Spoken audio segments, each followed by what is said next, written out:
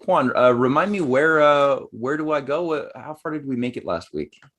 Yeah, we read the introduction of chapter 6.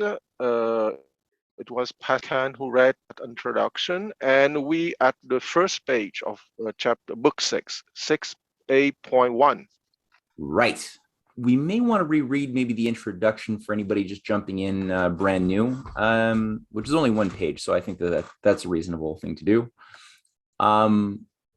The need right now is for a reader.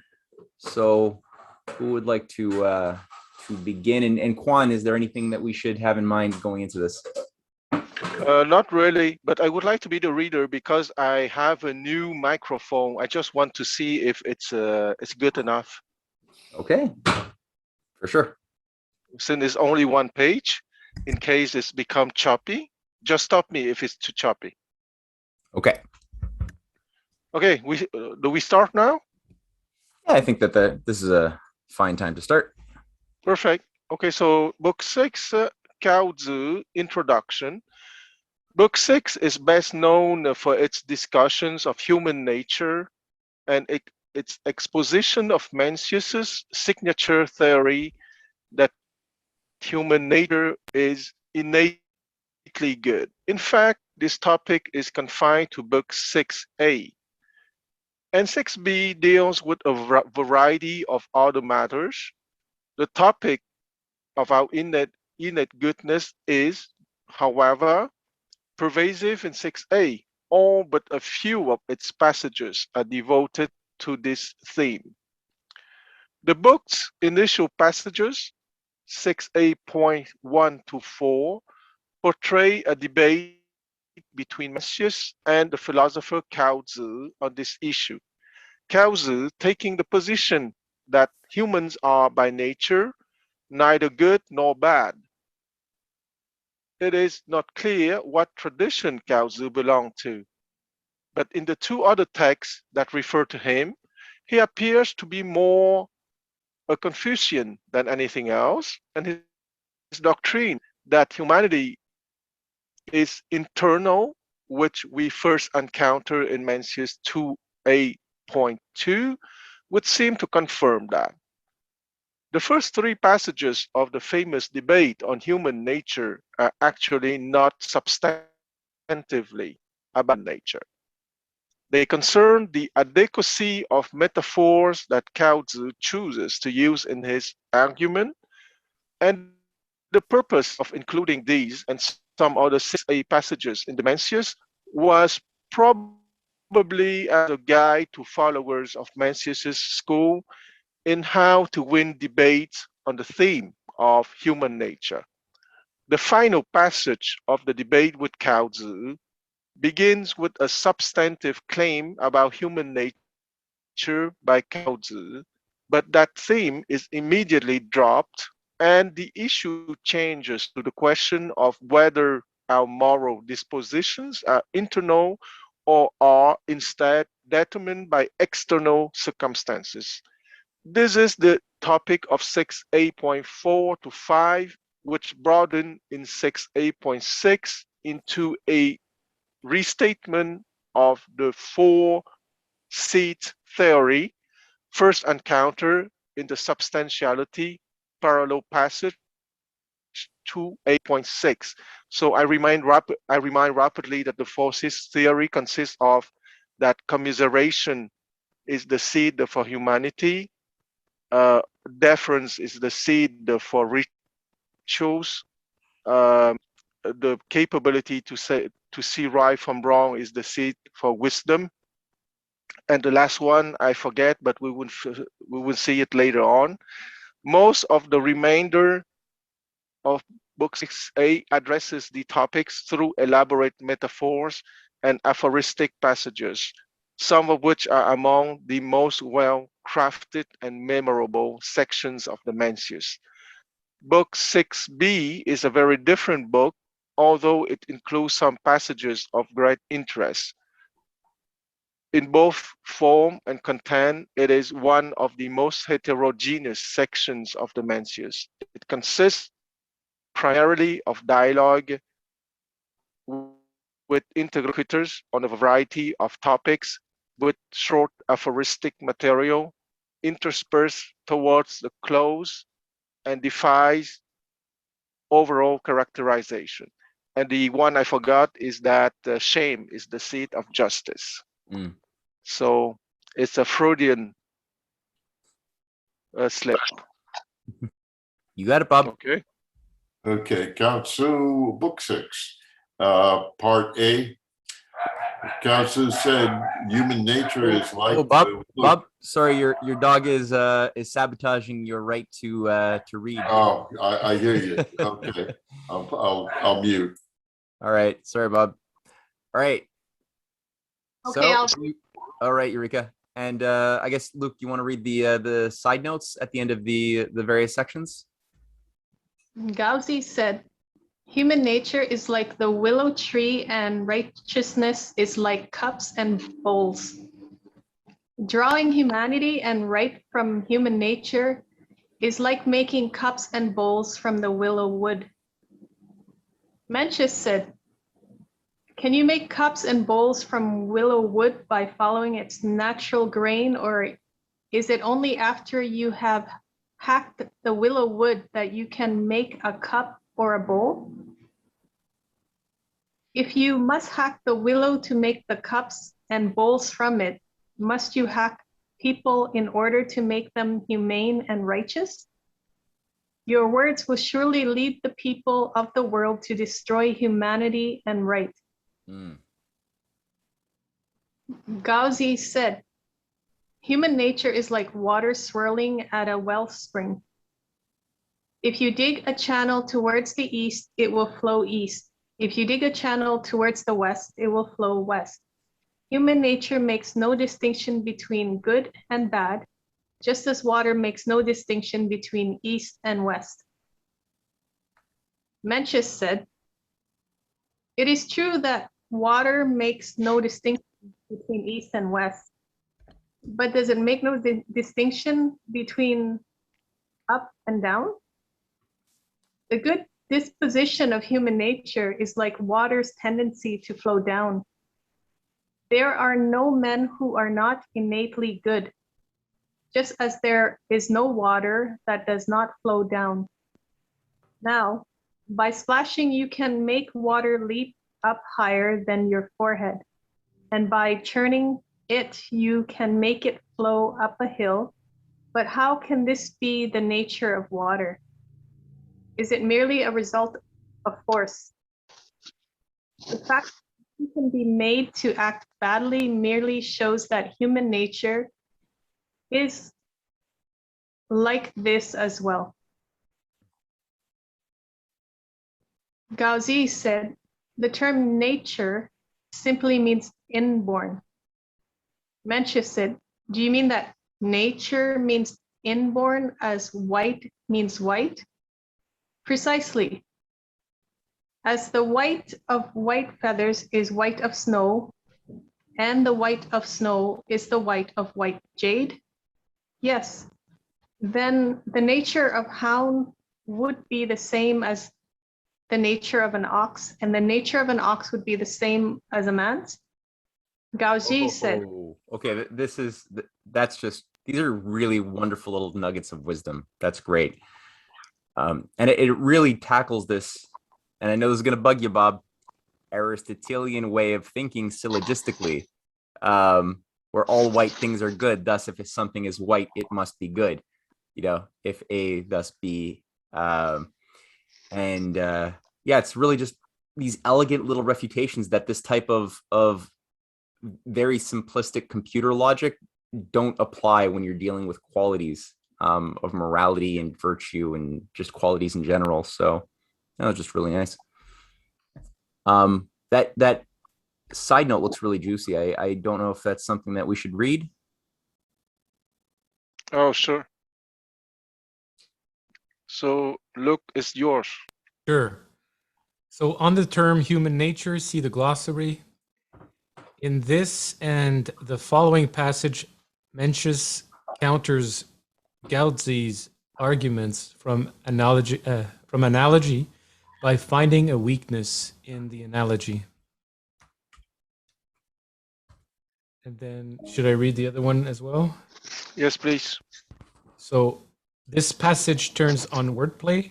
The term for the nature of a living thing is Bing, which was cognate in sound and form with the word Sheng, which meant life, alive, inborn. In Mencius's time, the graph could stand for either word. While Gotzi clearly wishes to make a substantive claim about how the term Xing should be defined, Mencius reduces this to a lexical analogy to the word white. Bai. Gaozi should have rejected the proposed analogy.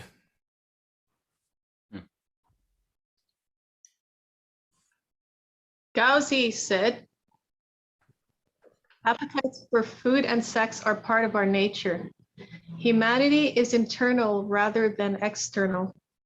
Right is external rather than internal.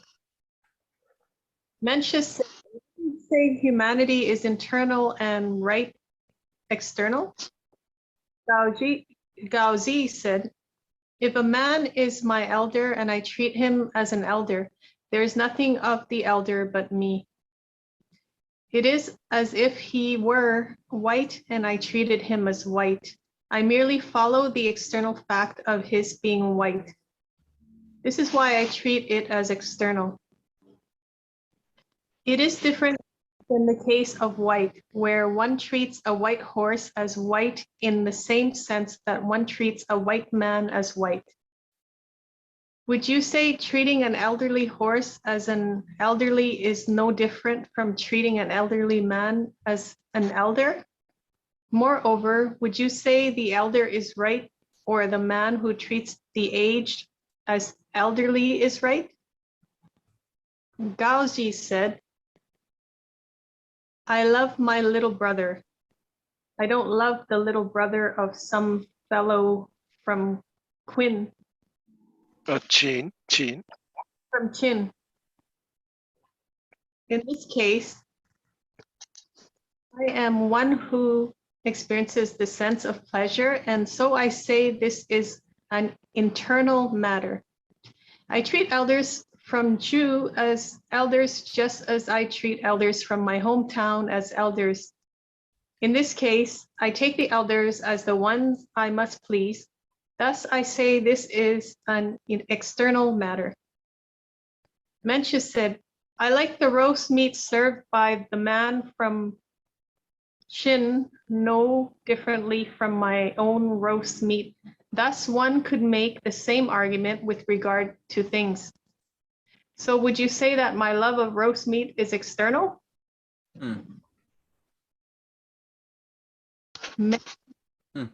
Sorry. It's just these are just so juicy. These are very, very, very dense ideas. Speaking of steak, yes. Yeah, right. my mouth is watering.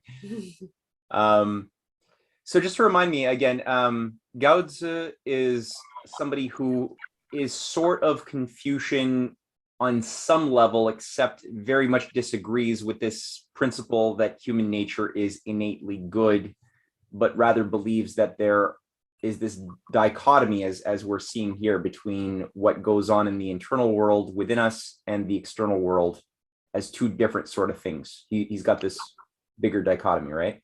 Yes, and I would say that he especially wanted to stress the fact that there is always an inner appreciation, okay? And the example of the steak in my mind is excellent because, of course, the steak is an external object that you have to cut and put in your mouth. But ultimately, your appreciation is your subjective feeling and judgment. And it's always something inside. Mm-hmm. Mm-hmm. And for someone who doesn't want to eat meat, it wouldn't be an absolute horror to see a piece of meat, which is exactly still an internal thing. It's not an external horror outside of themselves. Exactly. And maybe one small thing, Cao Tzu was a true Confucianist. Here you have a play between two masters who will tackle one position. And you have that tradition of two masters playing with each other, seeming to contradict each other, a little bit like the Zen tradition in the Chinese Buddhism later on. A little bit like Glaucon and Plato in the second chapter of the Republic, and Socrates, sorry. Mhm. So far, Mencius has a pretty consistent upper hand, though. Wow, you can guess that it's a play when there's a stark difference like that.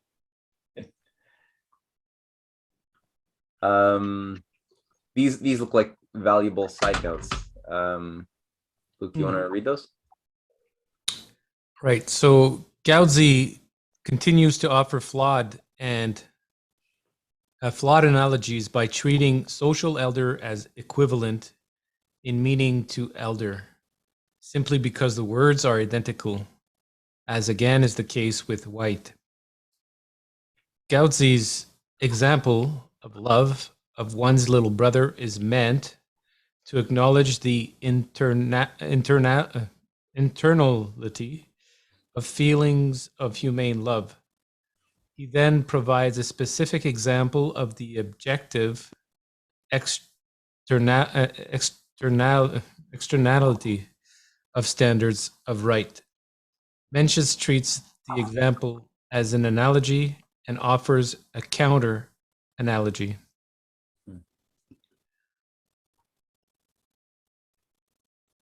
Okay.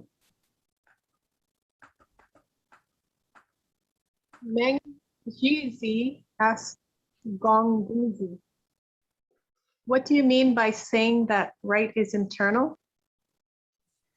Gongduzi said, my acts are guided by my sense of respect. So we say right. The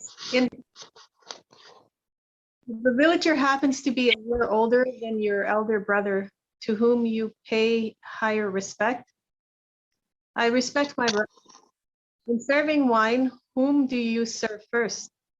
I serve the villager first. No one you respect more but the other you serve as elder. So after all, the matter of right is external. It does not come from within you. Gongduzi had no answer and reported this to Mencius. Mencius said, ask whether he respects his uncle or his younger brother more. He'll say, I respect my uncle. Say, when your younger brother is playing the ritual role of the dead spirit, whom do you respect more? He'll say, I respect my younger brother more. I respect my younger brother. Say, where did your greater respect for your uncle go? He'll say, it is because of the role my brother is playing. You say too, so it is in my case too. I have abiding respect for my brother, but I momentarily pay respect to the villager. When Jizi encountered this approach, he said, when I pay respect to my uncle, that is respect. When I pay it to my brother, that is respect. After all, it's external, not internal. Gongduzi said, in water, we drink hot water, and in summer, we drink cold water. In winter, we drink hot water, and in summer, we drink cold water. Are appetites for food and drink therefore external? Yeah. Yeah, let's sorry. As much as possible between these readings, the sections. But the side note might be good. Yeah. This passage, oh no, sorry. Mencius may have been a follower of Gaozi. He adopts Gaozi's position here. Note how in the examples concerning respect, the issues pertain to ritual rather than to more abstract principles of right. In the following passage, the sense of respect will in fact be the basis for the sense of ritual. The text's portrait of Mencius coaching his disciple may reflect the role that these passages played in coaching disciple readers in the art of defending Mencius's philosophy.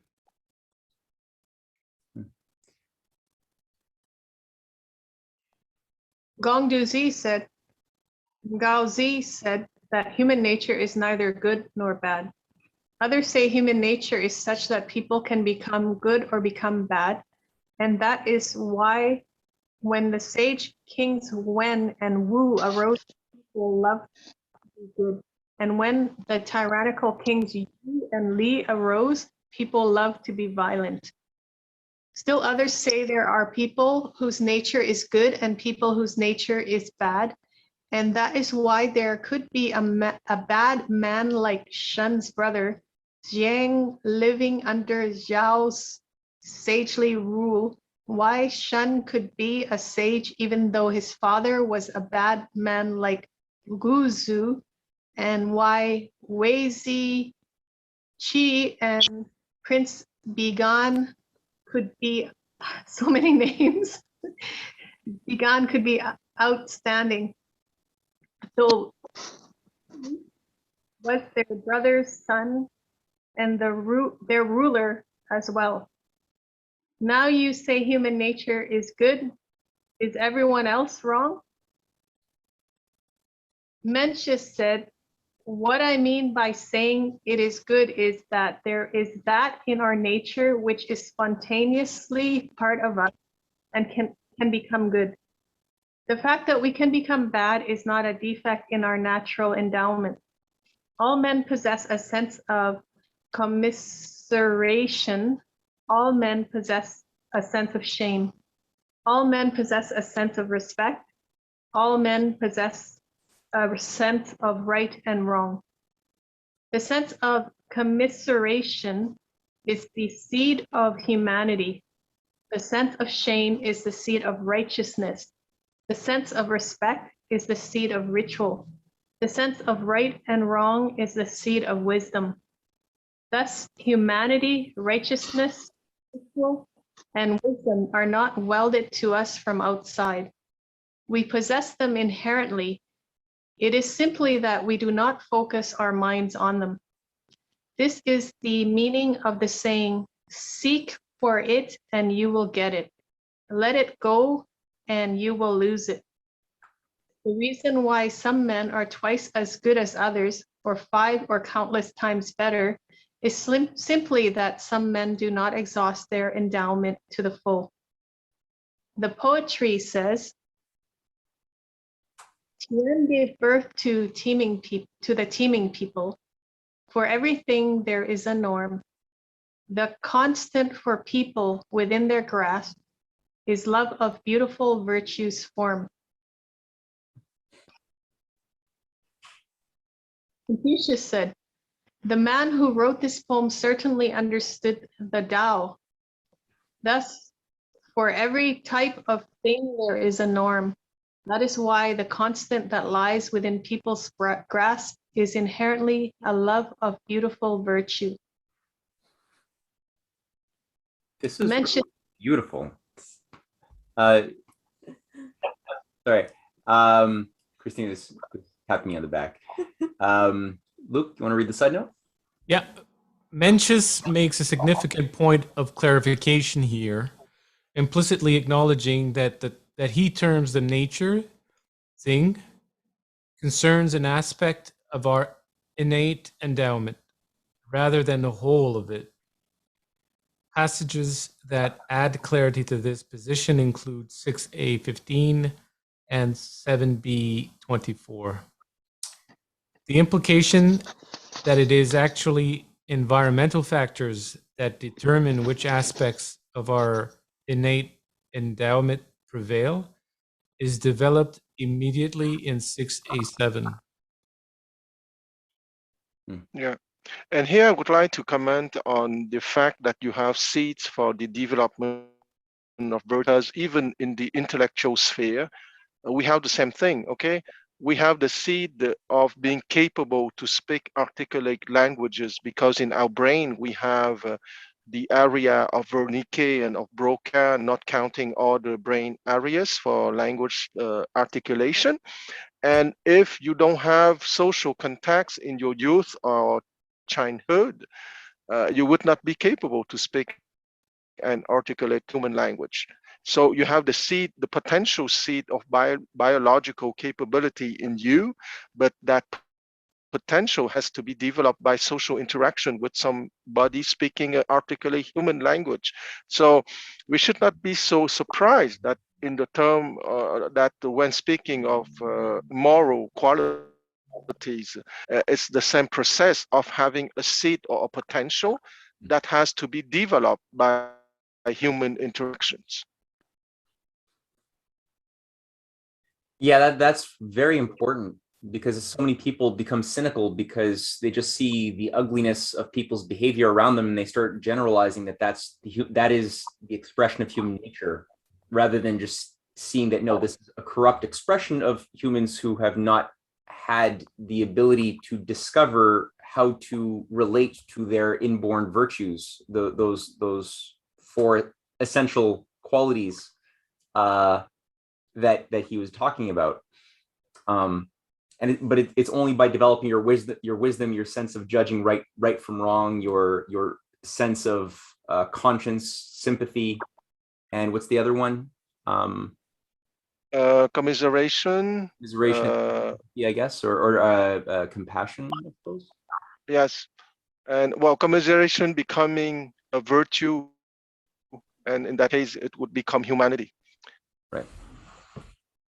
Right. So That's the it. way, I think the way to remember it easily is that to establish justice, you need the wisdom, courage, and rituals. Okay, so but I suppose there are other ways to remember that, but I think it's the most logical one. Right. Yeah, and I was thinking Augustine, who writes a lot about the nature of evil and what causes evil, and does that mean the universe is evil if evil exists, or is God evil because he created evil? You know, which is a logical conclusion one could make, since, you know, if you have the formula that God created everything, and if you think that God is good, but everything within the context of everything there is such a thing as evil, then isn't God the creator of evil? Which negates the idea of free will and this entire aspect of this type of relationship that we could have to our own identities if we form it properly. That's all forgotten. So Augustine says human beings are good because we can become corrupted. Absolutely, absolutely. I think that you just gave the most, the strongest argument in terms of theodicy. Okay, the theodicy being the part of theology, explaining the justice of God, and precisely we humans have to do something. Okay, it cannot be given 100%. The seeds are given, but from those seeds, there's a part which belong to us, and we have to do that part, even if that part is only a small thing, but we have to do part. Well said. Any other thoughts or questions before we go to 6.8.7?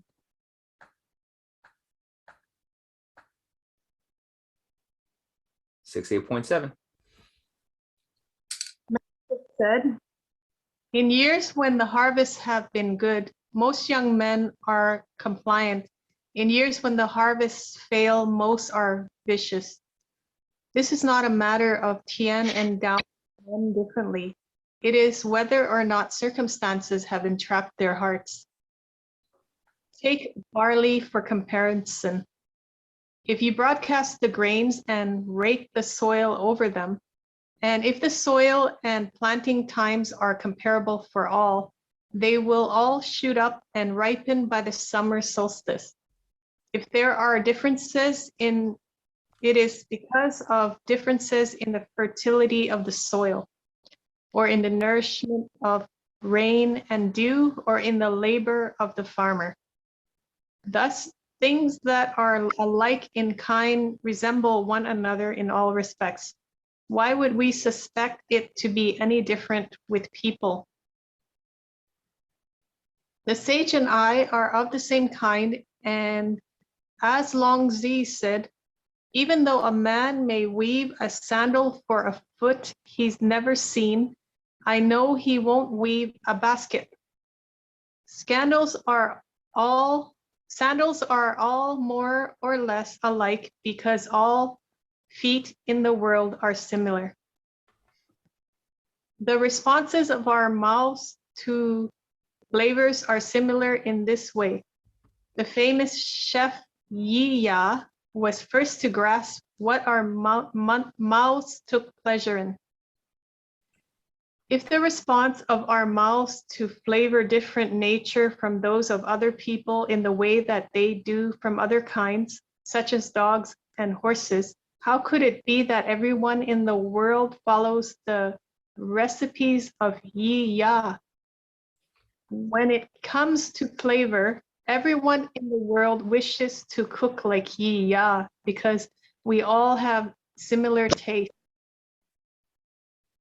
So it is too with our ears. When it comes to music, everyone in the world wishes to be like music master Kuang because we all have similar hearing. And so it is too with our eyes. All the world knows that Zidu is supremely handsome. Anyone who doesn't is blind. So I say, our mouths all share similar tastes when it comes to flavor. Our ears all share similar pleasures in listening when it comes to sound. Our eyes all share similar standards of beauty when it comes to looks. How could it be that our hearts alone are different? What quality do we share in our hearts? Is it the sense of what is proper and right? The sage is merely the one who was first to grasp what our hearts all took pleasure in. And in this way, what is proper and right pleases my heart in just the way that meats please my mouth. I could see the cultural relativist freaking out in rage at this point. Yes, yes. But you know that there's a famous experience that has been done in the 60s. Right? You have the photos of different guys of different nationalities and ethnic background shown to different, and they would all identify the same guys as being handsome, being Asian, Europeans, or Black people. So they are universal norm in terms of perceiving beauty. Oh, really? And what sort of data sets were used as guinea pigs? Was it a wide spectrum of people who were making the selections of handsome or not handsome? In terms of like, was it a mix of people from different cultures who were making the decisions? Well, first you have a panel of white people. Second, you have a panel of Black people, and third, you have a panel of Asian people being the judges. Okay. And last, you have a mix of person from different backgrounds in terms of ethnicity. Okay, and the result is that there is a higher commonality in terms of perceiving beauty, physical beauty at least. Yeah, I wonder if any similar studies had been done on musical melodies as well, or tastes, foods. But probably, I mean that yeah. Like I said, a relativist would have a big problem with what we're discussing. Yeah. After all, the golden number is 1.61 for everyone, eh? So. Right. I was trying to think of a devil's advocate answer, but I won't be a schmuck. We're on the same page, I think. All right, so want to read the side notes? Yep. Yi Iya was proverbially a chef of legendary excellence, perhaps based on an actual servant to the court of Duke Huan of Shi. Yeah, yeah, and it was in the 7th century BC. Shi, music master Kuang, is recorded as a great music master during the spring and autumn period. Zidu was proverbial for good looks, but it is doubtful that such a person was more than a legend.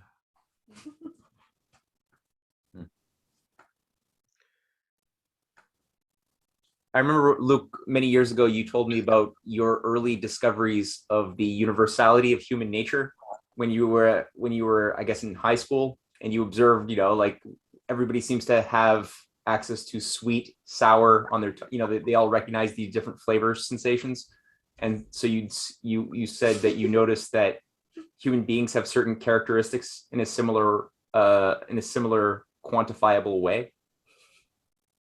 You remember that? Nope. You did say so, unless it was a dream. Doesn't ring a I bell. thought you were very wise. No, but it's part of his nature now, so he cannot remember what is part of his nature. I said a lot of things. Well, that was a good one. Okay. Mencius said, and there was once a time when the woods of Ox Mountain were lovely, but because they lay close beside the capital of a great state, the axe and adze hacked away at them. Could they remain lovely long? By dawn and evening they were nourished by the rains and the dew, and surely there was no lack of shoots springing up. But then cattle and sheep came to graze, and thus the mountain remains barren. When people observe how it is barren, they assume it could never have been covered with woods. But how could that possibly be the nature of a mountain? And could what exists within people possibly be without humanity and righteousness? That a man may have let go of his original heart is indeed like taking the axe and adze to the mountains' woods, hacking at them dawn after dawn. How can any beauty remain? Despite the rest, such a man may get between night and day, and the restorative chi that the morning brings, the things he does after day destroys these effects, and in time little will he resemble other men in what he likes and hates.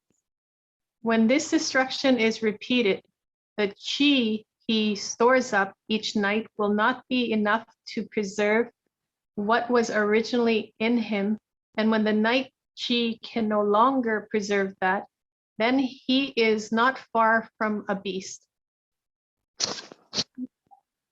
He has become a beast, and they assume he never possessed a human endowment.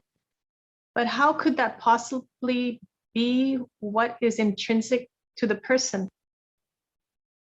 There is nothing that does not grow when it receives its proper nourishment, and there is nothing that does not shrivel when it loses that which it was nourished by. Confucius said, "Grasp it and you will preserve it. Let it go and it will vanish. When it comes and where it goes, no one knows." Was it not the heart that he meant?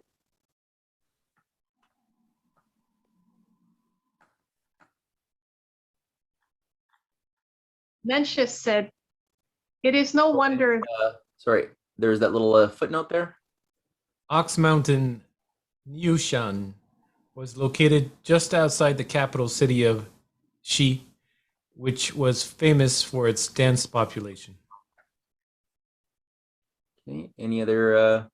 Should we just go on, or any thought or anything or question? I thought that was quite profound about what Confucius said. about the heart. No, exactly. I think Eureka, you're right to stress that because I was going to stress that, and it's all the educational program of the Confucians that you have to cultivate the seeds precisely, either intellectual, the capability to speak and articulate language, or on the level of morality, it's the same. Mhm. Yeah, these imageries are really, really valuable too. It's gorgeous, whether we're talking about the soul and its inclinations as water, which naturally has certain flows to it, but you have to do something very unnatural to the water to get it to do certain other things, like to go up.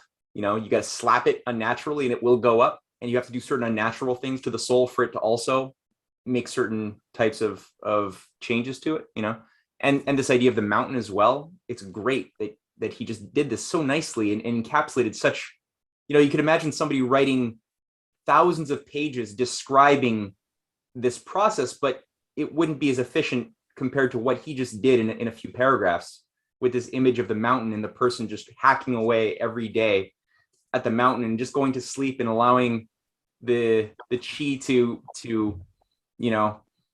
grow by itself. A little bit. To grow by itself. Well, that's I think that you just summarized the art of the education. You have to force in, maybe not the choice of words, but you have to push in the right direction. But you need not to force too much. Okay, that's truly a very fine art where you need to find the perfect balance, so that the person has to be pushed in the right direction with some suggestions, but at the same time not force too much. And I think that conjure is not a surprise that conjure is used in human education and in botanical gardens, okay, because it's the same art to make trees or flowers grow than to make the flowers of the mind to blossom, if you want. That's good.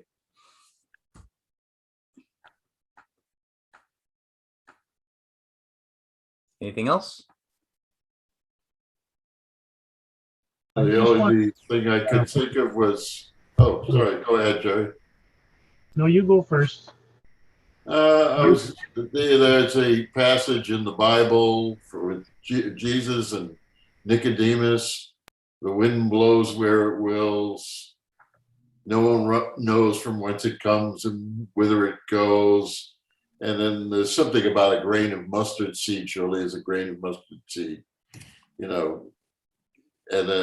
I forget the rest of the passage, but it reminds me of the Confucian passage there. That's it.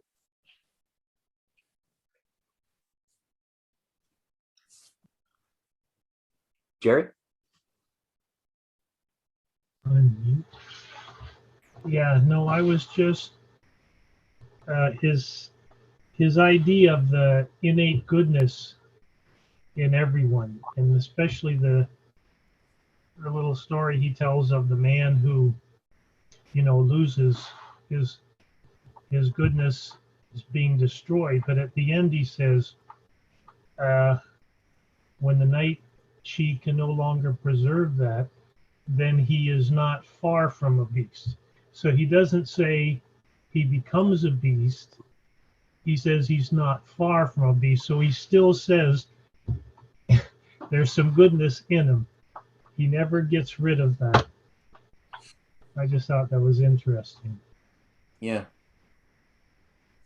Yeah, even though his outward appearance for others who might not be thinking about what's going on inside of his soul as a process, they might think, oh, what a beastly person that is. They might not differentiate, but yeah, he's got a deeper insight. Mm-hmm. And this idea that the chi always desires to heal and to bring us back into our nature, and it's always happening as long as we're alive, even though we're making decisions that are undermining what it wants to do. It's very Platonic, because Plato is also saying in so many of his dialogues that nobody ever desires to do evil. it's not something that you wake up and you're like, I want to do evil today. You have something is miswired inside of you to think that there is what you might think of as a good. It doesn't mean that people, there is evil, yes, but people wouldn't destroy their soul willfully. They might not have an awareness that their soul exists, but they wouldn't willfully just go and set out to work destroying their soul. Can I just be reminded of what she is again? Quan? Yeah, it's the energy. Okay, so depending of the refinement of your energy, you would be more or less capable to be in contact, in touch with truth, goodness, and beauty, which is the fabric of the universe. Okay, I said, I think last week, that the word classic in Chinese, Jing, is referring to the weft of a fabric. Okay, so the weft is truth, goodness, and beauty, and the warp is precisely what you would do as your effort in order to refine your chi, to be capable to be in touch with the weft, or the foundation of the universe, truth, goodness, and beauty. So it's your openness to receive the reality of the universe, and that openness depends directly on your chi, or the refinement of your energy. And the refinement of your energy depends on your social interaction, on the people influencing you, and your own effort, of course. And here we at the center of the educational program, either in the Platonic world or in the Chinese world.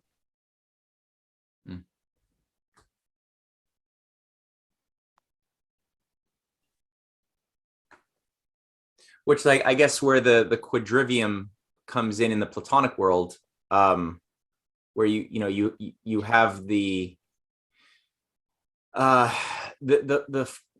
four facets of education that are developed in the Republic, which is like the health of the body, the health of the mind, and the health of the soul, through gymnastics and good exercises for one level, as well as music, the appreciation for harmony as another branch for a schooling system, as well as for the mind, geometry and astronomy, for the intellect, and having all three work together, I guess, would be the Platonic way of developing your chi, I suppose. Exactly.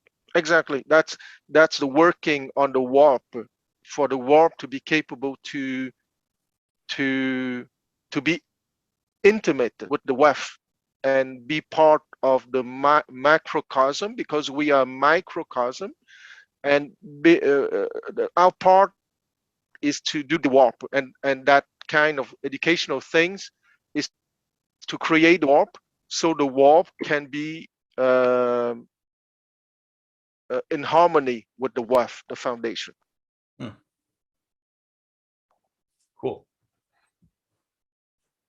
Does Mencius ever describe in his writings anything more concrete, the way Plato does, regarding what a good education system should look like, or is it implicit more in what we're in his words?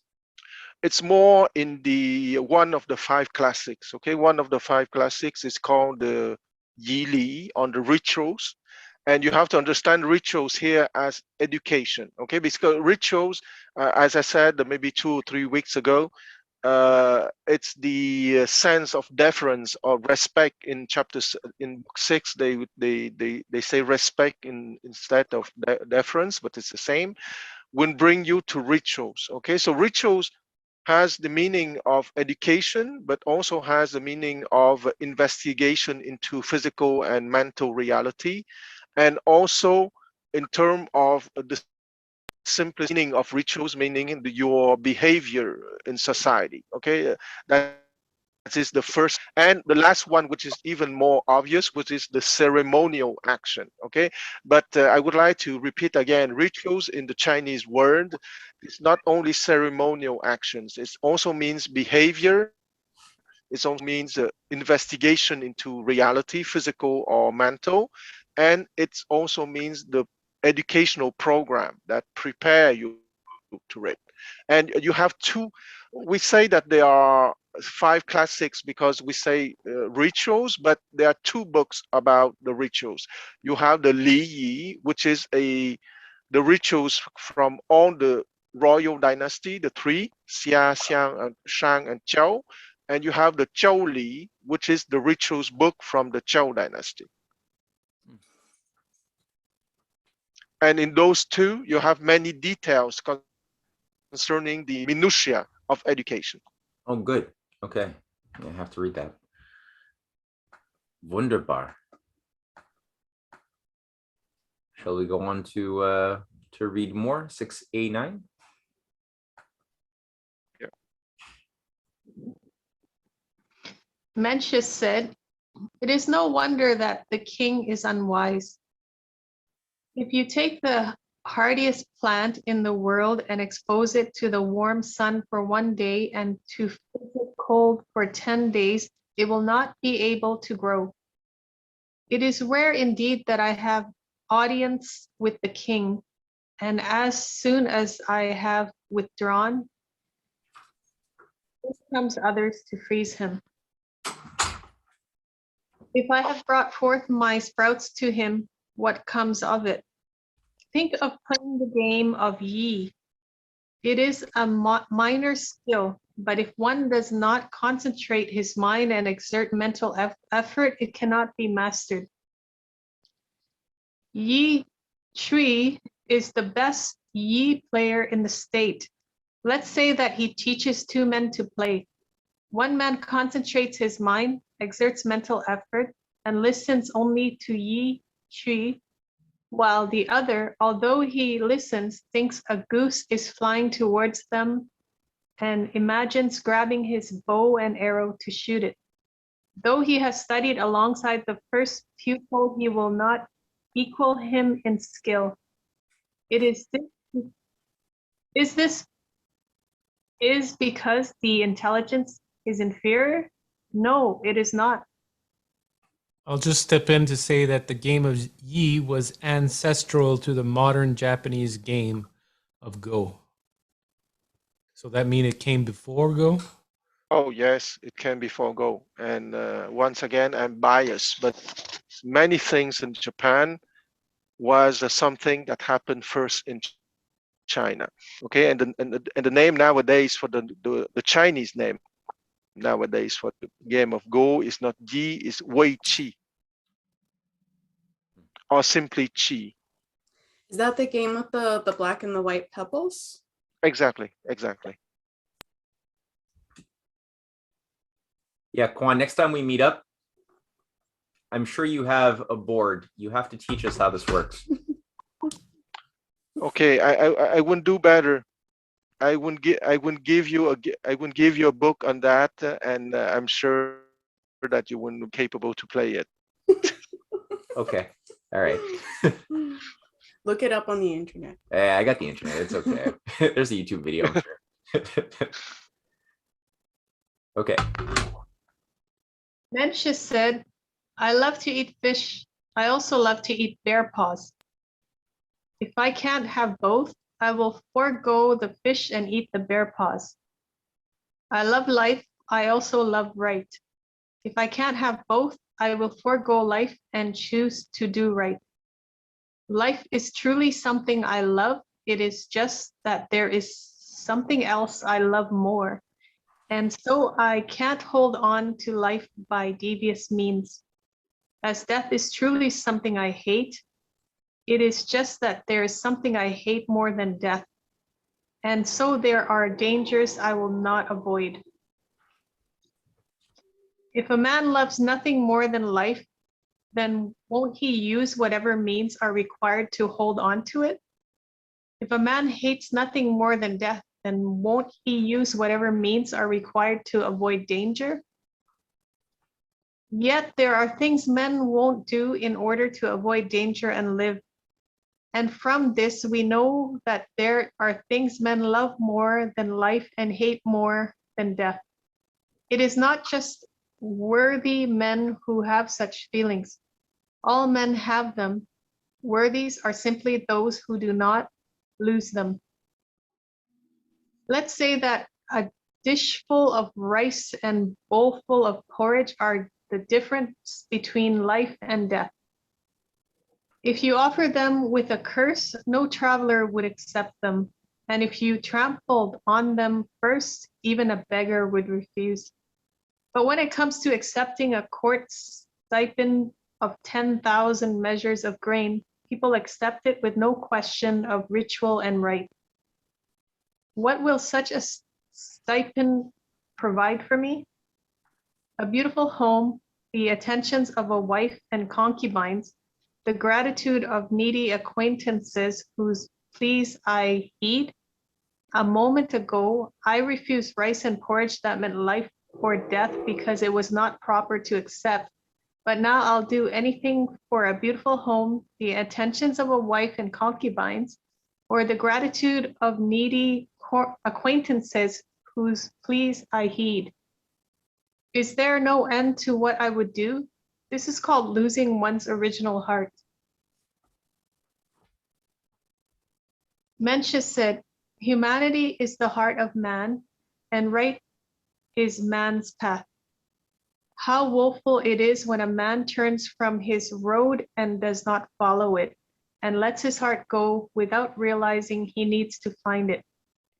When people let their chickens and dogs roam away, they know to go find them. But when their heart is wandered off, it is different. The Tao of learning is none other than this. It is a search for one's lost heart. Mencius said, let's say that the fourth finger of your hand were bent crooked so that you could not straighten it, but that it neither hurt nor interfered with your normal activities. If there were someone who could straighten your finger, even if you had to go all the way to Shun or Chu to see him, you would not think it too far. This is because your finger not being as good as other people's. When your fingers are not as good as others, we detest it. But when your hearts are not as good as others, we don't realize we should detest it. This is called not knowing priorities. It said, when it comes to a parasol or a catalpa tree, a mere handspan in thickness, if we wish to thrive, we know how to nurture it. But when it comes to our own persons, we do not know to nurture them. How could it be that we love our own persons less than the trees? How utterly thoughtless. Mencius said, people love all parts of their bodies and they nurture them altogether. There is not an inch of a person's skin he does not love, nor an inch he does not nurture. When considering the different values of the parts of the body, there is no standard other than to consider their relation to the person himself. The body has parts that are of different value, and greater and lesser parts. One should not harm a greater part for the sake of a smaller, or a more valuable part for the sake of one of lesser worth. Those who nurture the smaller parts become small men. Those who nurture the greater parts become great men. Let's say a gardener cut down the phoenix and the catalpa trees and nurtured thorn trees and brambles. We'd say he was a worthless gardener. A man who nurtured his finger while allowing his shoulder and back to degenerate without being aware of it would be called deranged. Those who care only about food and drink are despised because they nurture the small and lose the large. But if a man who cares for food and drink does not lose what is large, then how is his mouth and belly then simply a small patch of flesh? Gongjuzi asked, Oh, wait, we have a side note there? Those who argued that human nature included bad features equated it with the mouth and belly, our appetites. Here, Mencius assesses the value of the appetites in terms of their service to innately moral dispositions. One Z asks, we are all equally men, yet some are great men and others small men. Why is this? Mencius said, those who follow their greater body become great men. Those who follow their lesser body become small men. We are all equally men. Why do some follow their greater bodies while others follow their smaller? Mencius said, the ears and eyes are organs that do not think. Their perception is veiled by things in this way. One thing encountering another, there is simply a force of attraction. The mind is an organ that thinks. If you think you'll grasp, if you don't, you won't. This is potential endowed in us by Tien. Once a man chooses to stand by his greater parts, his lesser parts cannot seize him. Being a great man is no more than this. Mencius said, there are offices that are bestowed by Tien and offices that are bestowed by men. Humanity, righteousness, loyalty, faithfulness, and the untiring love of goodness. These are offices bestowed by Tien. Duke, minister, grandee. These are all offices bestowed by men. Men of old cultivated their Tien bestowed offices, and human offices followed. Men today cultivate their Tien bestowed offices in order to exact from other men an office, and once they have it, they cast away their Tien bestowed offices. There are no men more deluded than these. In the end, they will surely perish. These are just such great nuggets of life wisdom that you could just read one every day and just meditate on that and really just feed on it. I mean, it's wonderful. Sorry, I just have to throw this in there.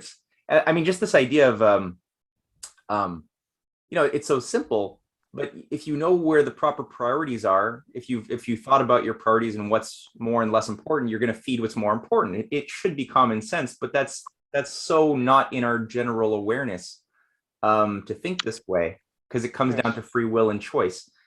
And if you choose to, you could, if you make the choice to do something, you will be able to do it. If you think you'll grasp it, you will. And if you don't think it, you won't. So again, it comes down in many ways to this question of optimism, this choice to be optimistic versus pessimistic, because a lot of people who, they don't make a lot of progress with much of anything because they are cynical. They're like, well, the world's never going to change. Why am I going to bother trying to put in the effort? Because there's no point. And that puts you on a certain path, which doesn't allow your creativity to exist, to blossom, versus somebody who takes a different view and thinks, no, I may not be there yet, but I believe I can be, and I believe the world can change. All of their choices and how they use their time is going to be very different, and they will be able to do things that would seem impossible from another perspective. It's all just so simply said. It's really good. Absolutely. It's the art of metaphors and paradoxes, okay? The art of the ancient masters. And I would say that maybe it's easy for me to say that, but I would say the 19th century has been a disaster in terms of philosophy, because philosophy became in the 19th century as the art of writing lengthy books and with no real substance, okay? And the art of metaphors and paradoxes of the ancients precisely bring back in a small chapter something that can be useful to guide all your life. Mm-hmm.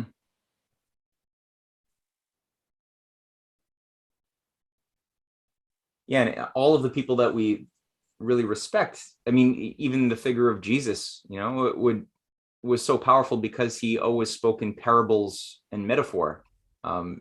Exactly. It carries weight.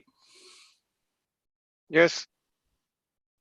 And he had something special in him, of course, But let's not forget that that art of speaking in metaphors that will stir the heart is a very own art, Mhm.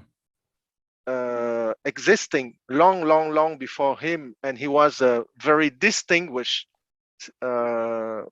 step in that long tradition, if you want, with the capital T.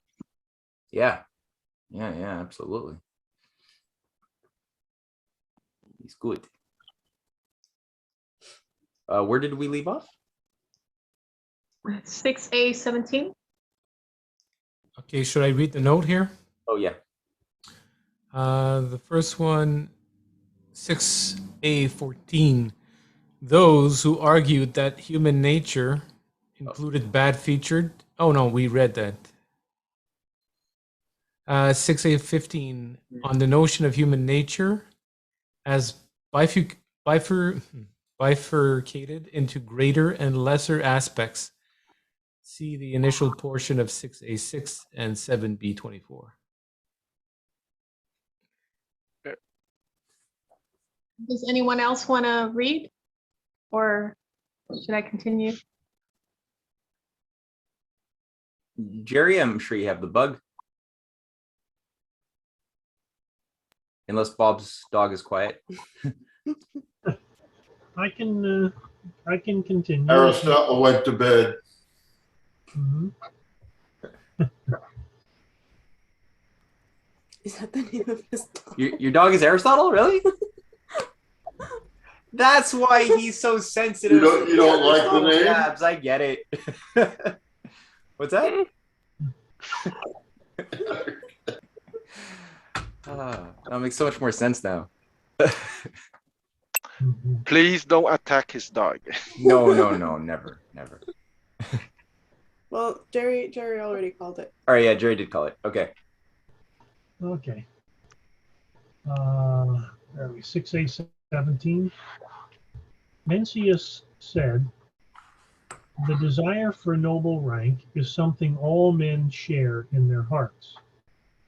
But every person possesses nobility within themselves. They simply don't realize it. What they treat as noble is not our innate nobility, but what Chao Meng takes to be noble, Chao Meng can also treat as base. The poetry says, 'We are drunk from his wine, we are full with his virtue.' This speaks of being so satiated with humanity and righteousness that one feels no desire for the flavor of others' fat meats and fine grain. When a fine reputation and broad fame adorn one's person, one feels no desire for others' fine brocade." Let's do the side note there. So, Okay. Xiao Meng was powerful lord of the spring and autumn era state of Jin. Here, his name is used proverbially.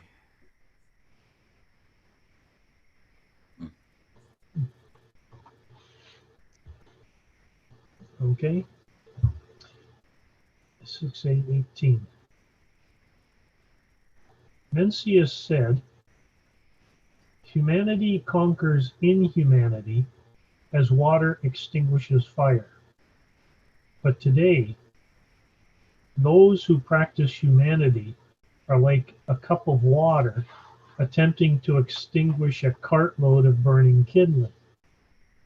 When the fire burns, to say that water does not extinguish fire is no different from extreme inhumanity. In the end, it too will inevitably lead to death."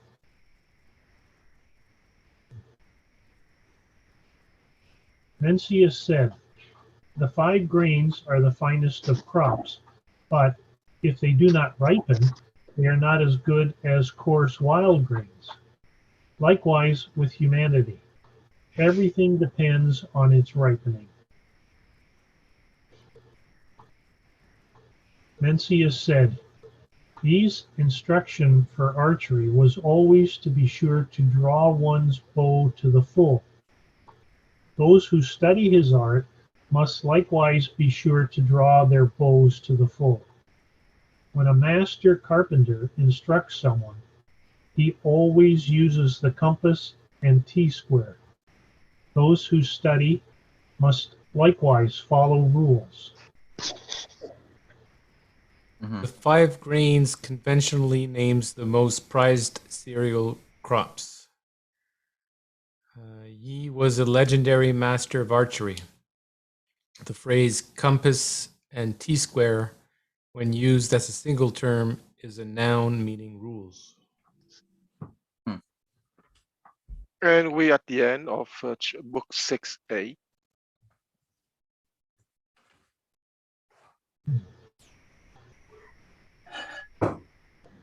Should we go on to 6B, Quan? Yeah, why not? It's more miscellaneous, but it's still a little bit in the same spirit. And then how far are we reading? Are we going on to book 7 as the next reading? Yes, probably. I would say that book 7 is very interesting. I think I said that last time, but it would be an excellent Chinese introduction to Indian philosophy. Okay. All right, so let's go on to. Or were there any parting thoughts? I mean, this is a really dense book. I just loved 6A. I think this is my favorite. Did anybody? No,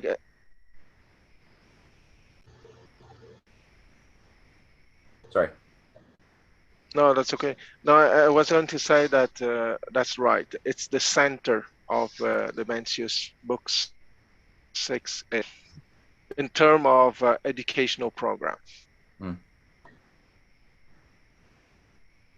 Yeah, I'm definitely going to be going through this many more times. Well, we're also suggesting, right, that we continue after reading a few things, that we come back to this, or no? Not yet. We don't know yet. Okay. Yeah. All right. Okay. So 6B, Gao Zi. Oh, we're still with Gao Zi, right? Okay. Okay. Yes, part B, 6B1. A man from Ren asked Wuluzi, "What is more important, ritual or food?" "Ritual is more important," said Wuluzi. "Which is more important, sex or ritual?" "Ritual is more important." "What if you would starve to death if you insisted on ritual, but you could get food if you didn't? Would you still have to abide by ritual? What if by skipping the ritual groom's visit to receive the bride, you could take a wife, but otherwise you could not? Would you still insist on the groom's ritual visit?" Wuluzi was unable to reply, and the next day he went to Zhao to consult with Mencius. Mencius said, "What's difficult about this? An inch-long wood chip could measure higher than a building if we hold its tip up above and ignore the difference in what is below. When we say that gold is heavier than feathers, we don't mean a buckle's worth of gold and a cartload of feathers. If you compare the extremity of need for food with a minor ritual, it's not just food that can seem more weighty. If you compare the extremity of need for joining of the sexes with a minor ritual, it's not just sex that can seem more weighty. Go back and respond to them like this. What if you could get food you need only by twisting your elder brother's arm? Would you twist it? What if you could get a wife only by climbing over your neighbor's east wall and dragging his daughter off? Oh my Could you god. So is he saying that one should forego food? Am I reading this wrong? If it meant disobeying ritual and suffer, or am I reading that improperly there? Yeah, well, I think that the key word is minor rituals. Okay, Okay. in the sense that as I said, rituals has four meanings. Okay, the ceremonial acts, the educational program, the epistemology, and the investigative endeavor, and the external behavior. So it's how can I say it? It's something quite typical of the Chinese or the Eastern Asian world. Okay, that lesser man would nitpick on small rituals and would use it as a big arguments for stupid things that can be solved by common sense. Okay, one typical example, for example, which happened in many dynasties, that some lesser man at the court would try to eliminate a brilliant candidate because he was going to the to the music hall the day before he appeared in front of the emperor for the final capital city exam, and because it was deemed to be non-ritualistic to go to music hall before an audience with the emperor, the petty man would try to use that small breach of minor rituals to eliminate some future rival that would precisely get rid of their nefarious presence at the court. Okay. If you're about to die, Matt, go eat. Okay. Okay. I was in a crisis there. Thank you. Okay. Should I read the side notes? Yeah. The passage echoes 4A17 in content and 6A5 in form. Wulutzi was a disciple of Mencius. The small state of Ren was in Shandong, not far from Mencius's home state of Zhao. In 4A17, Mencius calls this type of reasoning balancing, using a term that denotes the steelyard scale. Here, the same idea is concretely imagined.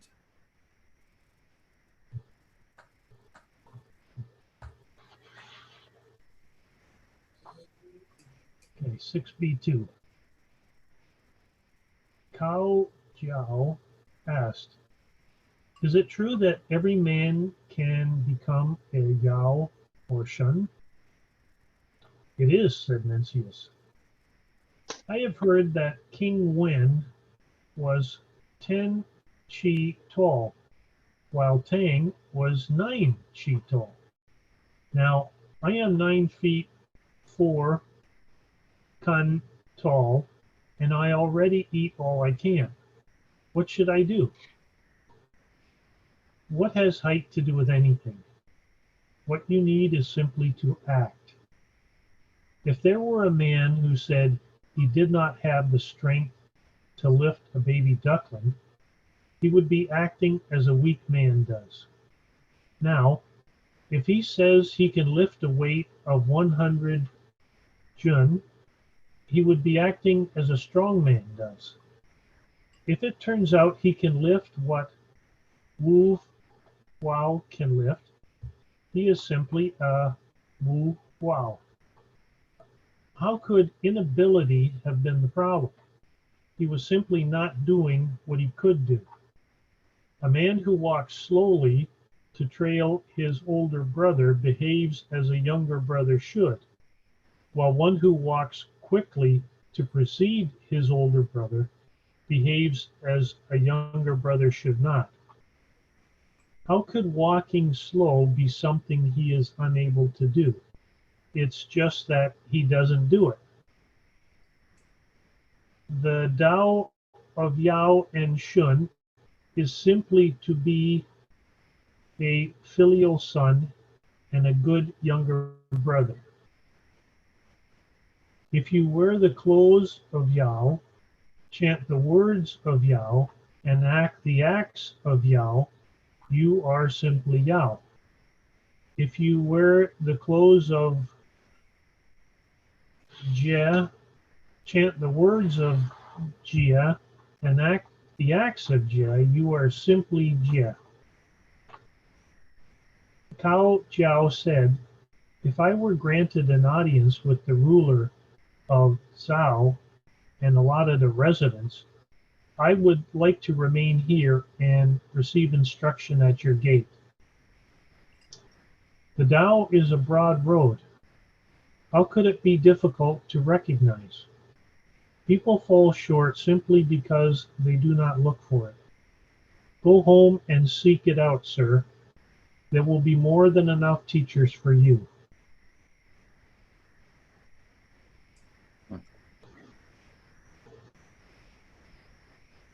Jie was the wicked last ruler of the Jia dynasty. Apparently, this conversation took place in Zhao, Mencius's native state. Got a few on the previous page too. Oh. 6b2.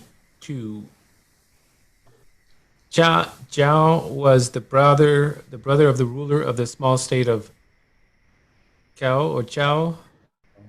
Jin and Kun were shorter than, but comparable to, feet and inches. Jiao is being sarcastic. 100 Jun would be over 1,000 pounds. Wu Hua was proverbial for strength. I don't quite understand what the moral lesson is in this one. I think that the answer is in Cao Jiao is being sarcastic, okay? Because let's not forget that at the beginning of 6b.2, Cao Jiao asked, is it true that every man can become a Yao or Shun? Okay, so you have to imagine the guy being sarcastic because that's the, once again, okay, chapter 6a prepare us for the idea of nurturing the right thing, okay? And it's okay if you nurture the right thing, even if you're average in terms of talent, you would accomplish something. Okay, and the lesser man of all times would always try to be sarcastic and to promote a culture of pessimism, precisely. Okay. And that's the role of Cao Jiao in this small chapter. He's being the pessimism control promoter, if you want. Oh, okay, devil's advocate, or no, this one is truly a petty man and not playing a role like between Mencius and Kaozi half an hour ago or an hour ago. And the way that Mencius answered him at the end, okay, confirmed that. Cao Jiao said, if I were granted an audience with the rule of Zhao and allotted a residence, I would like to remain here and receive instruction at your gate. Of course, you have to imagine him saying those three lines with a sarcastic voice. And Mencius, being not an idiot, would answer, the Tao is a broad road. How could it be difficult to recognize? People fall short simply because they do not look for it. Go home and seek it out, sir. There will be more than enough teachers for you, meaning I will not be your teacher. That's amazing. Quan, thank you so much. Yeah, my mind was not in the right ironical place. That's great. That changes everything. Good. All right. Okay, I'm assuming that this sort of tone is something to be sensitive to as we continue reading on these ongoing dialogues within this book, right? Not necessarily. You wouldn't have sincere interlocutors, and you wouldn't have what I call pessimistic cultural promoters. So we have to be careful when reading those things. Sometimes it's only one word or one line that would make the difference. Good.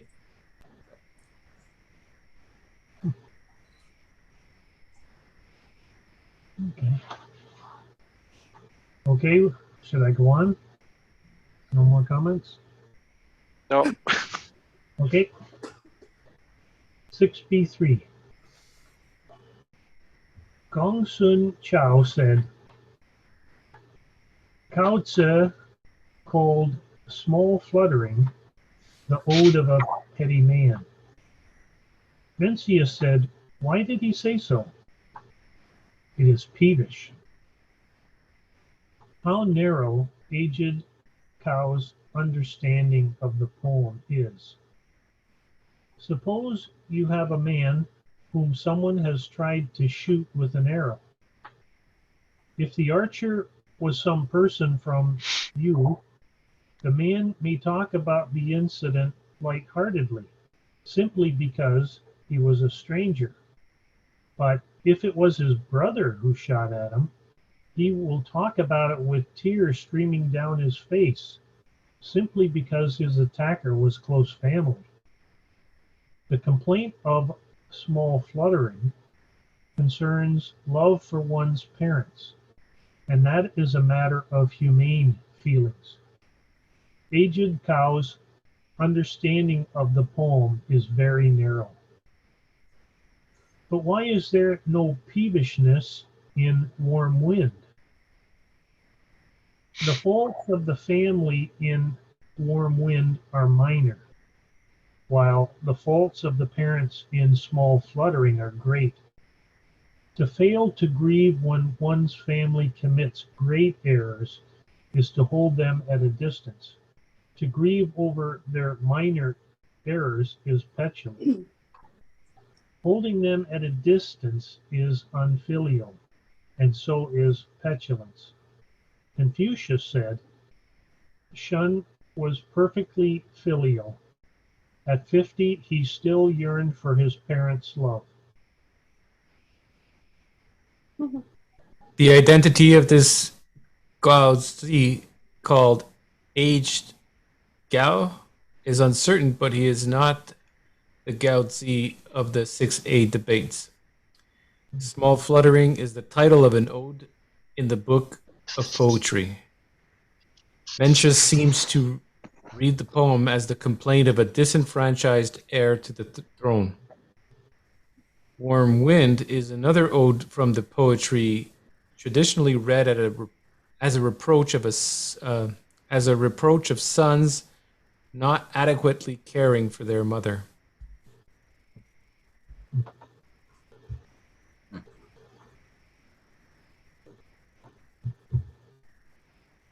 Okay, 6b4. Song Kang was on his way to Chu. Mencius encountered him at Shi Chu and asked, where are you going, sir? Song Ken said, I have been told that the armies of Qin and Chu have gone to war, and I shall visit the king of Chu and persuade him to call it off. If the king of Chu does not appreciate my argument, I will visit the king of Qin and persuade him likewise. Between the two, I shall surely encounter success. I shall not presume to ask in detail, but I would like to hear the main gist of your argument. Song King said, I will explain that there is no profit in it. Mencius said, your intentions are certainly lofty, but your formula is unacceptable. If you persuade these kings on the grounds of profit, and they call off their armies on the grounds of profit, all the men in the armies, pleased with war's end, will favor profit.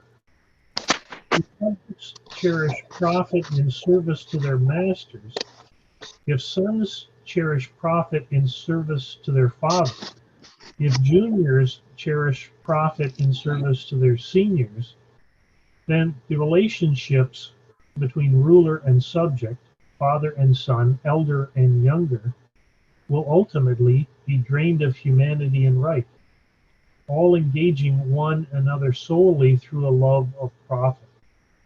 Never has the ruler of such a state survived.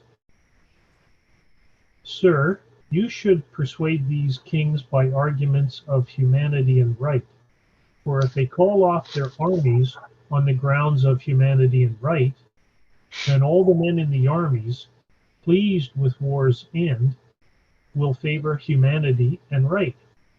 If subjects cherish humanity and right in service to their masters, if sons cherish humanity and right in service to their fathers, if juniors cherish humanity and right in service to their seniors, then the relationships between ruler and subject, father and son, elder and younger, will ultimately be drained of profit seeking, all engaging one another solely through a love of humanity and right.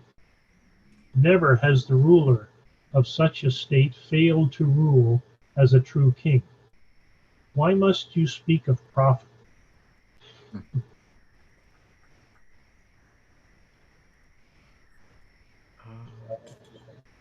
Song Keng was a well-known thinker and persuader, contemporary with Mencius. His best-known doctrines concern the morality of reducing desires, indifference to humiliation, and nonviolence, the last of which resembled Mohist pacifism. He is presented here as a Mohist, setting off in an effort to prevent aggressive war. Mencius' arguments here echo those in 1A1.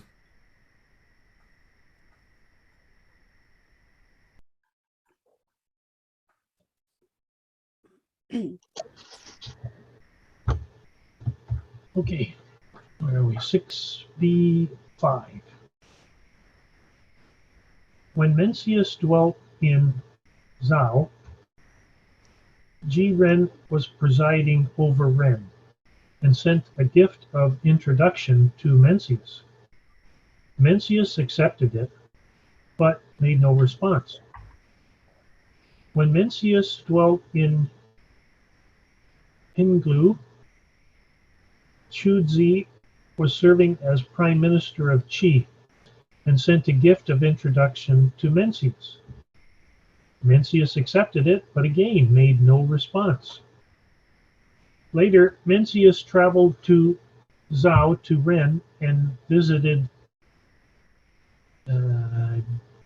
Jizi, but when he later traveled from Pinglu to Qi, he did not visit Chuzi.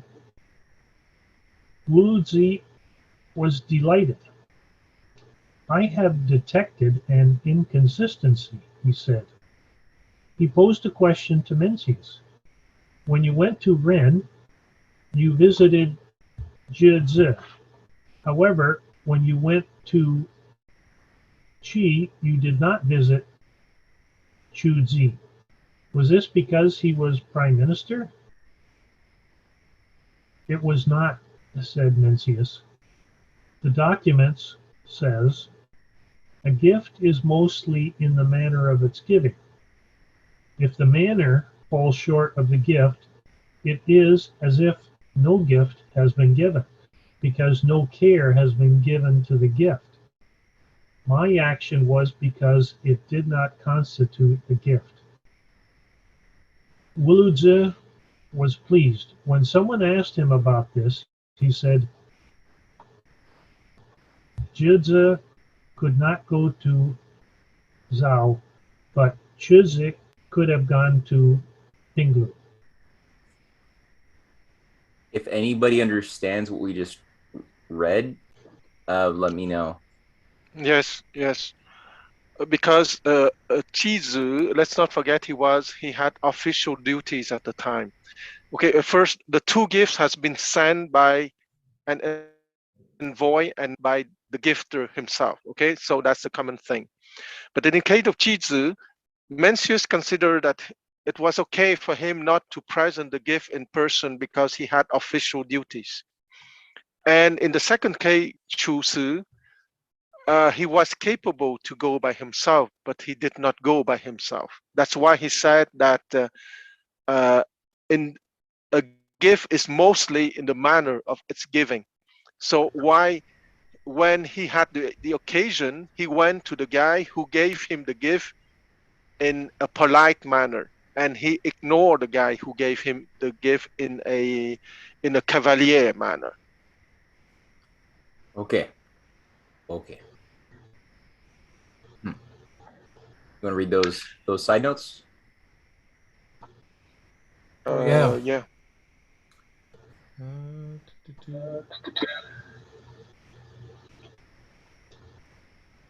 This passage may be viewed as a concrete illustration of issues discussed generally in 5b4. Ji Ren Jise was the younger brother of the ruler of Ren, a small state just to the west of Zhao in Shandong. It is unclear why he was presiding over Ren at this time. Pinglu was a town near the edge of Qi territory. It is actually much farther from the Qi capital than Ren was from Zhao, so distance was not the issue here. It may be that Ji Ren could not leave the state he was presiding over.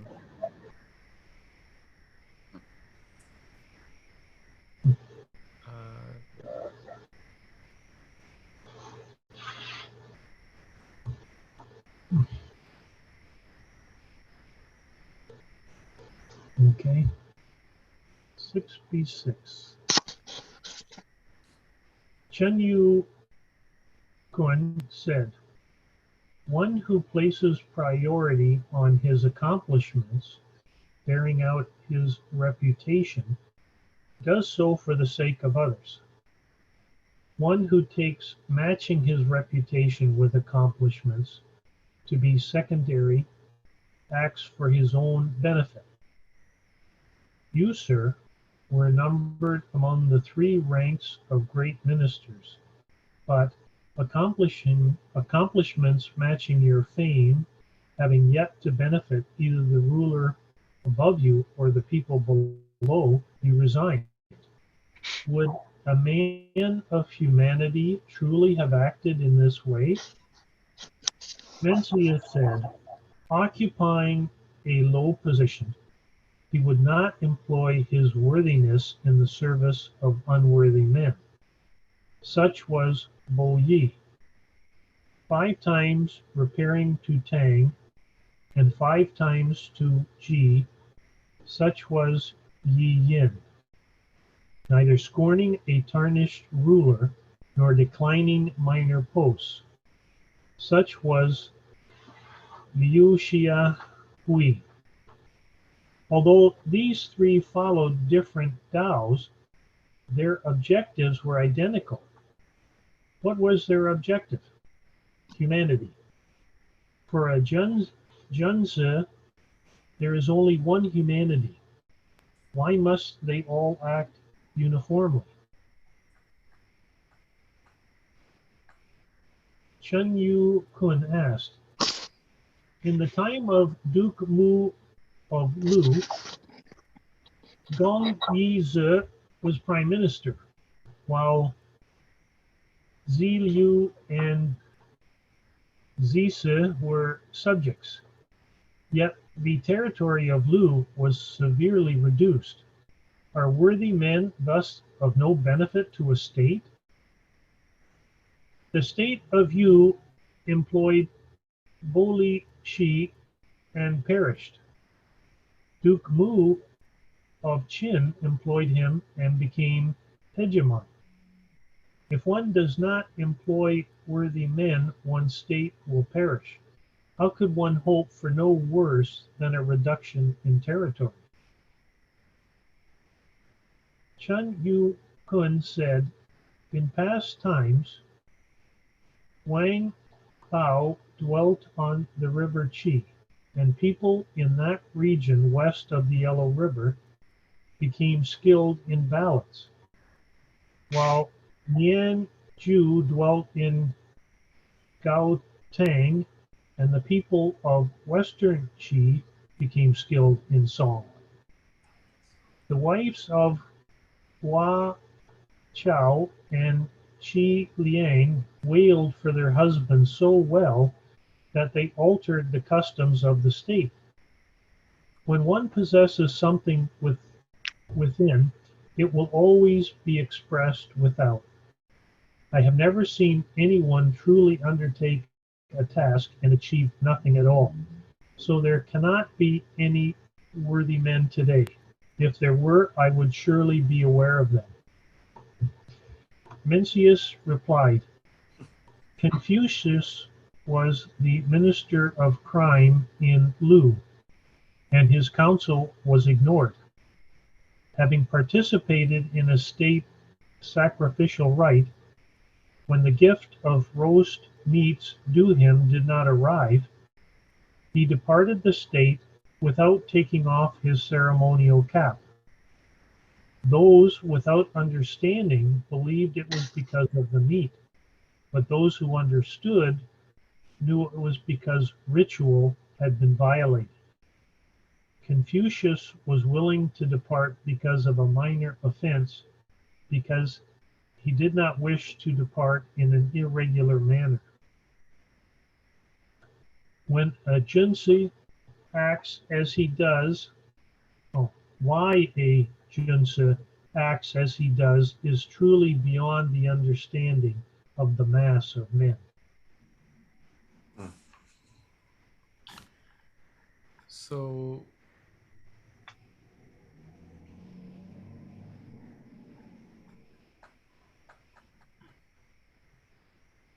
So that starts on 6b6. yeah, Junyu Kun was a courtier in Qi, and this may record an interview as Mencius was departing that state. On these three sages, see 5b1.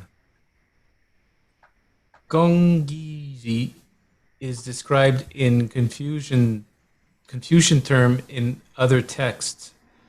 Ziliu is Zie Liu, see 2b11, where he is linked to Zizi. On Bali Zichi, see 5a9. The two singers here appear to be proverbial, but the tale of the two wives wailing for their warrior husbands concerns a specific historical incident. This account of Confucius's departure from Lu may be compared with that in 5b4.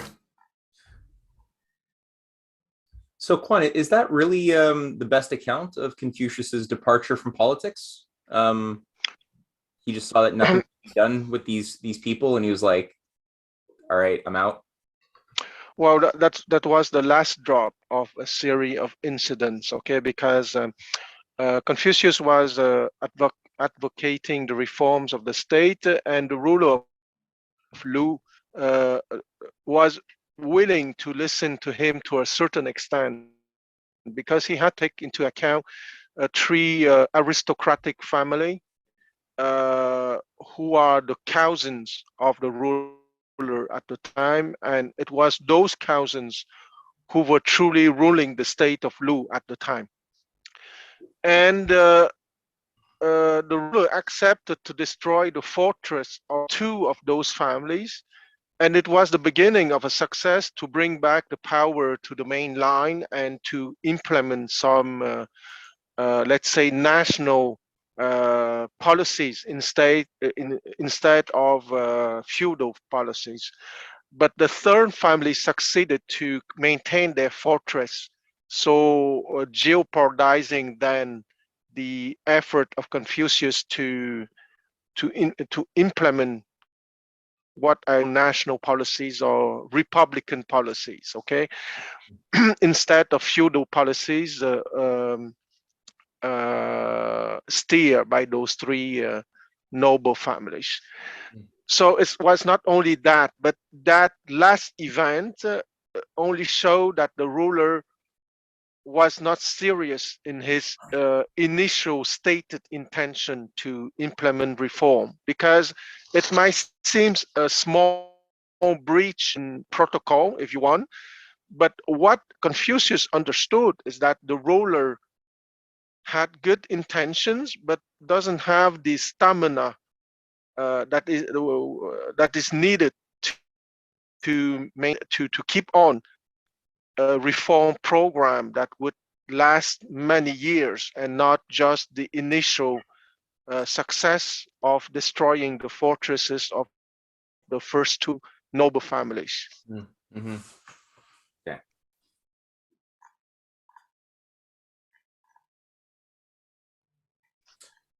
Are there any other thoughts regarding the section that we've just read, or do we move on?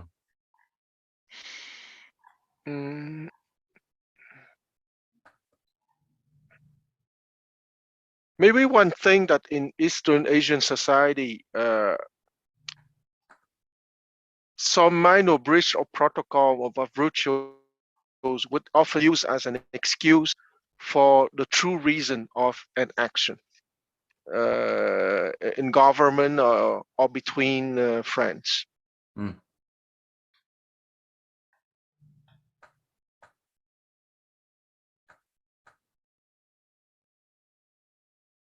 Like that, there cannot be any worthy men today, because if there were, I would surely be aware of them.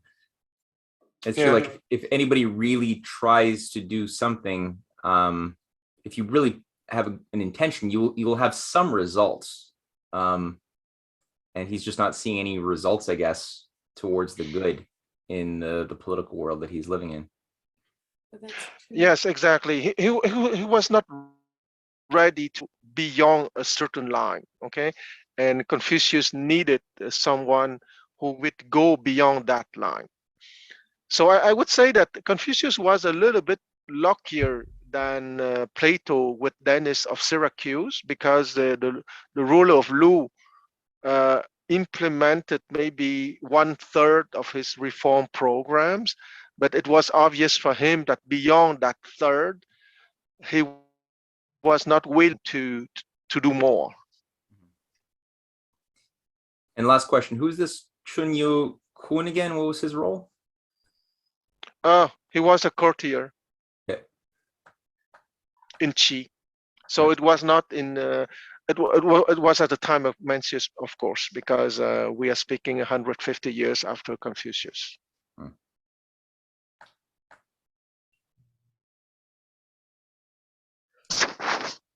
So I guess let's read one more before we yeah, it's gonna go on for a while. Let's read maybe one more, and then we'll that'll be the last one for today. Shit, I lost my spot. Which number were we at? 6b.7. All right. Right there. Oops.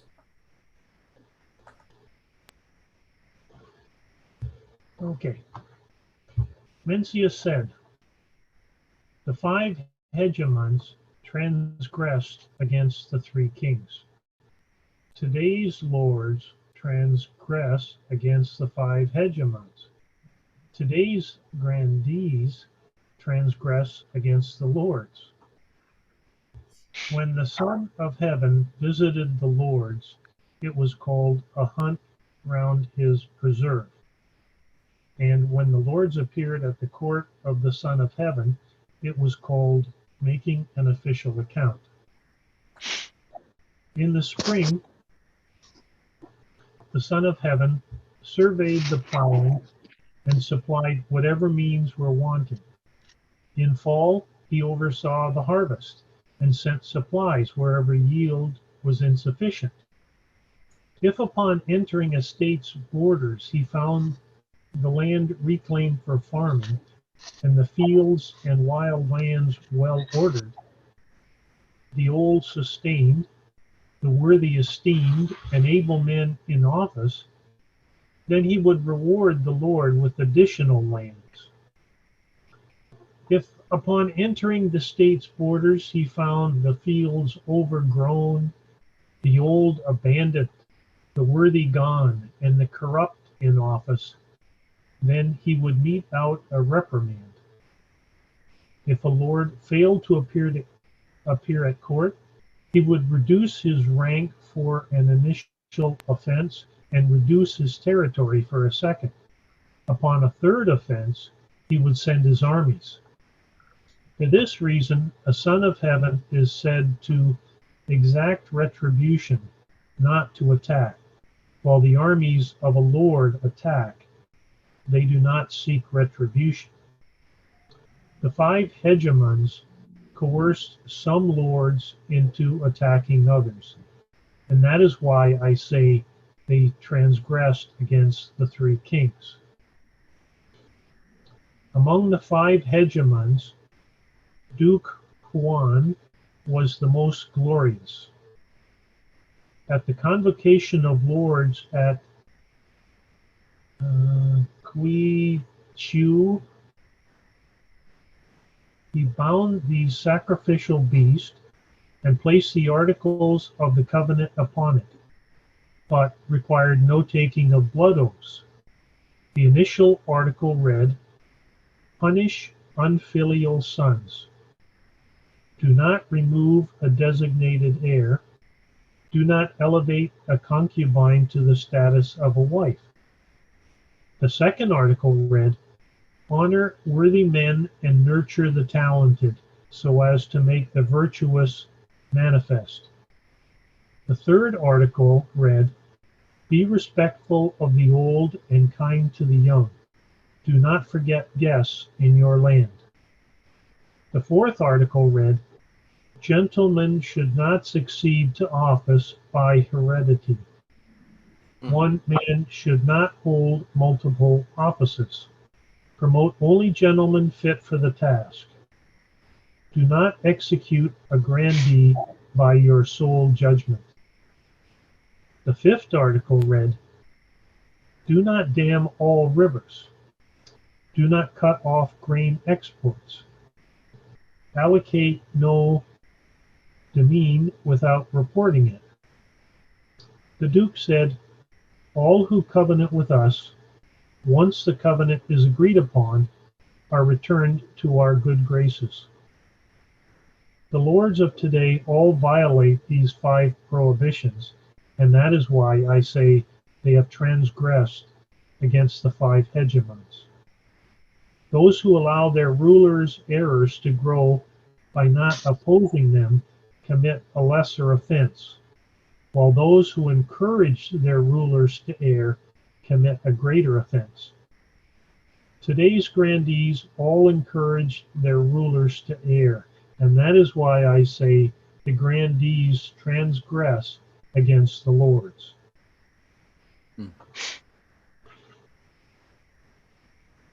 The three kings are the founders of the Jia, Shang, and Zhao dynasties. The five hegemons were the most powerful lords during the spring and autumn period of disunity. They were able to form coalitions of state to maintain the political order, sustaining their power, but unable to reunify the fractured Zhao Empire. This is during the Warring States period? Oh, no, this is during the spring and autumn, meaning between 770 to 453 BCE. Let's not forget that the first king of the Zhou dynasty, ruling from the east of the Zhou Empire, King Ping, P-I-N-G, had a very long reign, okay, from 770 to 720 or 719. Okay, let's not forget that in 770, the Zhou king suffered a major defeat in their western border, and from then on they lost true political power. But during the first reign of the Eastern Zhou, meaning the reign of King Ping, 770 to 720 BCE, there was still a certain hope that the Zhou would restore the power of their heyday. Okay, but reality showed that it was not the case. And the next century, meaning the 7th century BCE, around let's say 700 to 620 BCE, was the century of the so-called hegemons. And Duke Huan of Qi, who ruled precisely the principality of Qi, where Mencius has been used in 314 BCE, ruled between 685 BCE to 645 BCE or something like that. Okay, I might make a mistake by some years. And that famous conference of Kui Chu in 650 BCE was a kind of apex for him, because he was acting as they say it in Chinese, Mengzhu, meaning the master of the alliance, or the leader of the alliance, speaking on the behalf of the Zhou king, who at that moment was reduced to a religious figure. And Duke Huan, based on what we've just read there regarding the edict and rules that he placed for his I guess territory, seems like a pretty good guy.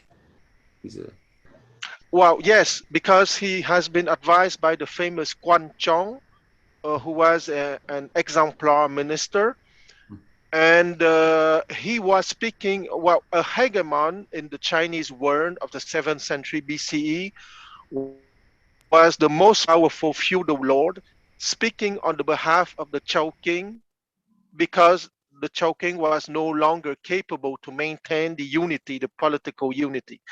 And so the five principles, or the five political principles he was uh,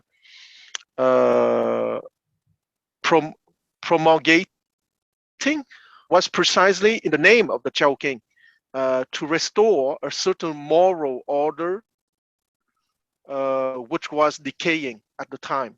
Mhm. And as you see, from 770 BCE to 720 BCE, there was a very strong hope that the Zhou king would be capable to restore the power of their heydays. Since it was not the case, the next centuries was the hope that it would be at least a certain moral order, even without the political power of the king, and that would go down slowly till the Warring States period between 453 BCE to 221 BCE, bringing political unity with the creation of the first Chinese empire with the first emperor, Qin Shi Huang. Hmm. Are there any stories like of literature, classical tragedy that utilize such characters as Duke Huan in a play format in China? Because I mean, it seems like if people had listened to his counsel and orientation, that could have been perhaps that could have been turned around, and that seems like the material for some really good classical tragedy. Does that sort of thing exist in China? Yes. First in China, you have a certain hierarchy of what is called the values. Okay, so at the top you have the classics. Okay, being the instrument to transmit truth, goodness, and beauty. That's the top in the hierarchy. At the second level, you have historical books. Okay, like the one that Confucius wrote, which is the Chun Chu, but that Chun Chu has been considered as one of the five classics precisely. And after that, you will have political commentary by a former ruler or by former ministers. And after that, you will have playwrights that will put forth historical characters like the Quan of Qi, or for example, the Three Kingdoms. Okay, let's not forget that it's not only a movie or series of movie. It's a very long historical novel, and it has been written in the 14th century AD. But before that novel, you have playwrights having produced things on the three kingdoms as a historical period with moral lessons. And it's the same for the Quan of Qi, of course. Yeah, that's a whole world. I'm just really fascinated about it. It's really exciting to know that we can explore this. That's good. Very good. So, Quan, if I can ask you a question on the Three Kingdoms, is that, because I think you referenced it before, it's currently a program that is available on somewhere on the internet, or it's a play? So you could watch Yes, it on well, the internet? And it would be in English subtitles, or? Absolutely. Well, first, the Three Kingdoms is a historical Chinese period, okay? At the end of the Han Dynasty, from 220 AD to 260 AD. So it's a period of 2 generations of 60 years. Okay. And it was a collapse of the Han Dynasty. And it's also a series of plays from the ancient times on that period. It's also a long historical novel written in the 14th century AD. And it's also many historical drama series. And the last one has been done in 2019, I think so. No, sorry, I'm mixing with another one. The last one, the last production has been done in 2010, and it's simply called Three Kingdoms. You can go on the internet, write Three Kingdoms Chinese historical drama series, and you would have it. I think it's 95 episodes of not 45 minutes each. And you have English subtitles, of course. And how many episodes about? 95 episodes. Oh, wow. 95 episodes. Wow. Yeah, it's long. The average Chinese drama series is about 45. So 90 is double. But the Three Kingdoms actually refers to different periods of times in Chinese history. This particular one was at a certain time when, would you say, the end of the Han Dynasty, or was that the first one? Exactly. When speaking of Chinese history, Three Kingdoms is the period between 220 AD and 280 AD. Okay. Okay. Because in Korean history, you also have a Three Kingdoms period, but it's much later than the Chinese kingdom, Three Kingdom periods. All right, thank you. Yeah, just make sure you don't make the mistake Cynthia and I made, which was to watch the hipster modern version. It's deceiving. The one we watched is called The Secret of the Three Kingdoms, and that was an error. It was still good. It was still entertaining. I enjoyed it. It's not as classical as the 95 episodes one, because the 95 episodes one is quite close to the historical novel. The historical novel is 120 chapters long. Wow. Okay. All right. We'll get around to it. Yep, we'll do our homework. Great. Well, guys, always great. I love this is a high point of my week. And Quan, thank you. You make this really very special. Always appreciate this. Thank you. Yeah, thanks. Thank you. Thanks again, Quan. And My pleasure. next week. My pleasure. It's always a pleasure for me to speak about China and Chinese civilization.